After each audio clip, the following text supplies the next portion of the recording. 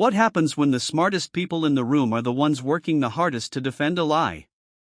Recently, a grassroots whistleblower known as Student Gung sent shockwaves through the academic world by exposing blatant fraud in top-tier journals. People expected a reckoning. They expected the system to clean house. But what did the system do? The publishers of Nature gave a classic corporate response.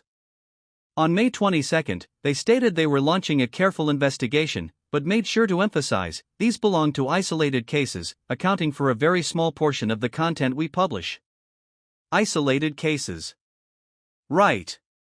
Welcome to the illusion of academic cleansing. Today, we are going to expose why targeting individual fraudsters will never fix the systemic corruption in science, why the experts refuse to use logic to debunk garbage research, and what happens when you dare to point out that the emperor has no clothes. In my Substack article, The Illusion of Academic Cleansing, I outline a massive paradox in modern science.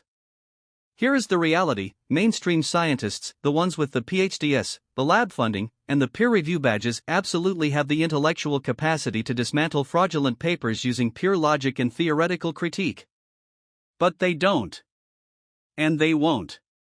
Meanwhile, the general public, the grassroots, can clearly see that the academic matrix is broken.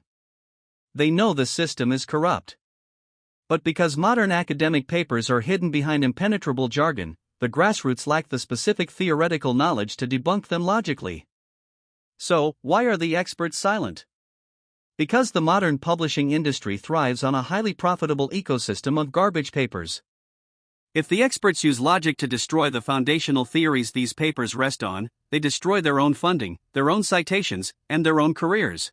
When you actually try to submit critiques pointing out that the vast majority of these high-impact papers are theoretically bankrupt, the gatekeepers rush to defend their virtual world. Listen to these actual peer review comments I received from mainstream scientists trying to suppress my critiques. One reviewer wrote, "While you are demanding that journal papers are wrong, the word research itself signifies that facts are researching.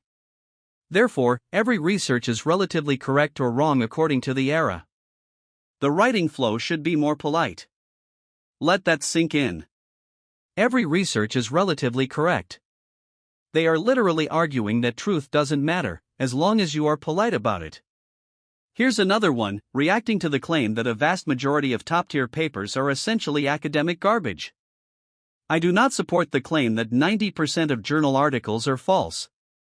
According to Nobel laureate Honjo Tasuku, 90% of the views published by top magazines like CNS are wrong. As I said before, I see this sentence as an exaggerated formulation.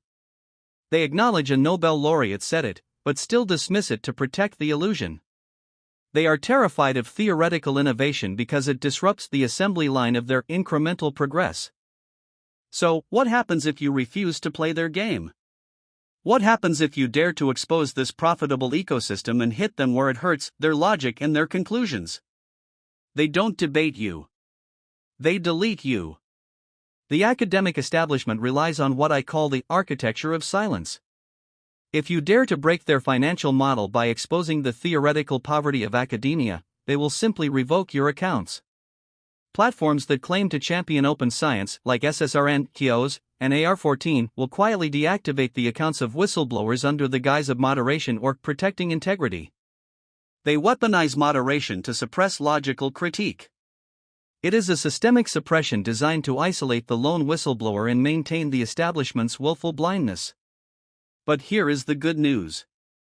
Despite the mainstream scientists desperately trying to maintain this virtual world, the public isn't buying it anymore.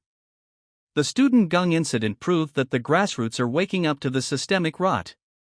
They see through the gaslighting of publishers who claim fraud is just an isolated case. As long as we only target individual authors for photoshopped images, while ignoring the journals and the systemic lack of theoretical logic, we are just playing a game of whack-a-mole. We need a fundamental shift in scientific epistemology. If you want to read the full and censored breakdown of how this matrix operates, all the links to my Substack articles and banned preprints are in the description below. Don't let them keep you in the dark. Read the evidence, share this video, and let's force the academic establishment to answer for the illusion they've created.